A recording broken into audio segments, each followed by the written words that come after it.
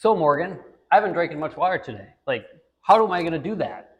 Let's take it to the bikes and talk about it. So we all know that drinking water is super important and that we should do it, but I think sometimes it's hard to be practical about making sure we get in enough water. And so I think there's general recommendations about how much water you should drink in a day, like drink half your body weight in ounces of water, drink a gallon of water. 8 cups a day, which is roughly like 8 ounces. Yeah.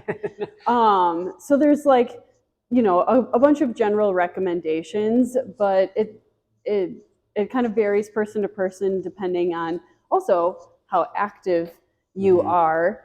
Like if we went for a run, Yeah.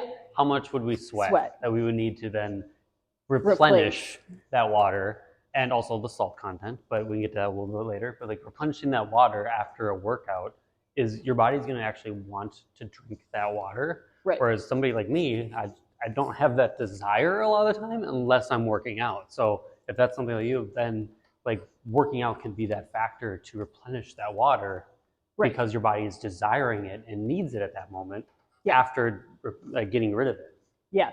Also, another time when you're really dehydrated is right away in the morning when you wake up because you're fasted, you've been sleeping. Who likes the middle of the night water chug? Not me. No, I do. I get really bad heartburn. But anyways, when I wake up, because I don't drink water or just like take little sips at night so I don't get heartburn, I feel like it's really easy for me right away in the morning to drink a lot of water. And so like I can get almost my whole big like 30-ounce water bottle that I carry around with me throughout the day. I drink one of those like within the first, 2 hours, I would say, that I'm awake. And then it takes me the rest of the day sometimes if I'm not super active and sweating to drink the other 30 ounces. But that's a trick that I use because I'm just like, again, like you said, capitalizing on that thirst, but also it's like easy for me to be mindful to be like, oh, I should drink some water. So that's a little trick that I use. Yeah. And then if you're going to the bathroom every hour, that might be a bit much. Yeah. But like every other hour, every like 3 hours, it's still like you should be going to the bathroom quite a bit. There's not too much where it's like becoming more than you need. Yeah. Because then you're just constantly doing that. You're drinking too much water, you're wasting time, you're wasting energy, and your body doesn't need to be spending time just cycling through water. Yeah, exactly. So, and then like the salt content of that water. Oh yeah. There's a bunch of different like powders you can get, but like as far as the salt content goes, if you're planning on going to do like a long bout of exercise and sweating a lot, getting that salt in is going to be able to then pull the water into your bloodstream and into your body to then make everything more smooth and then getting that actually into you versus going right through you. Yeah, because that can be a very small amount of salt. Right. Not that much. It doesn't take a lot of salt. There's the science behind that is the salt has the different components in it that helps go into the cell that then attracts the water into the cells to kind of keep it easy science terms to understand, because a lot of people are confused like, oh, I'm drinking water, but if your salt intake isn't that high.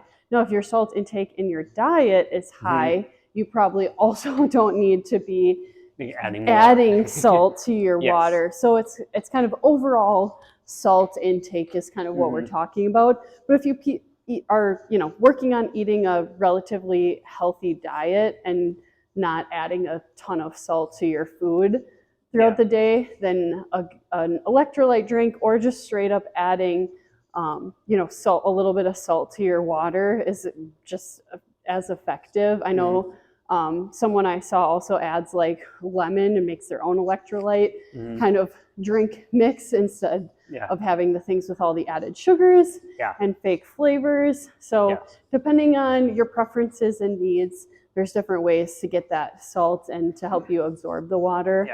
And then that's where like if you are outside, a different climate than perfectly indoors, then getting more of that is actually going to be better for you because you'll be sweating a lot more.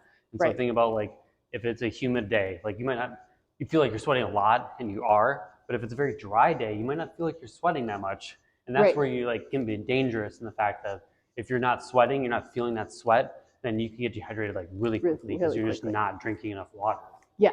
And so, yeah, and some signs of dehydration are obviously if you're thirsty, just like mild dehydration can be thirsty, but also I do get a headache if Yep. I'm dehydrated, Yeah. some cognitive function things. And it doesn't take a lot to even be like mildly dehydrated. Our fun fact here is 2.8% less than optimal hydration is considered mild dehydration. So it doesn't take much.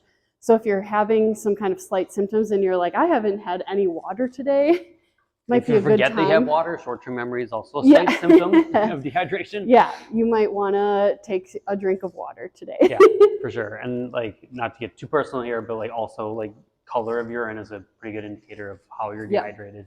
If it is very dark, then that's going to be a lot more dehydrated than you should be. Ideally, it's coming out pretty clear in color or close to that as possible. So yeah. So hydration is a really important part of exercise, which is obviously what we're very passionate about. But everyone pretty much sweats when they exercise, especially if it's hot out. So we think it's really important to talk about. If you have more questions about water intake and exercise or why salt is important, we'd love to answer your questions about that. Otherwise, we'll see you next time.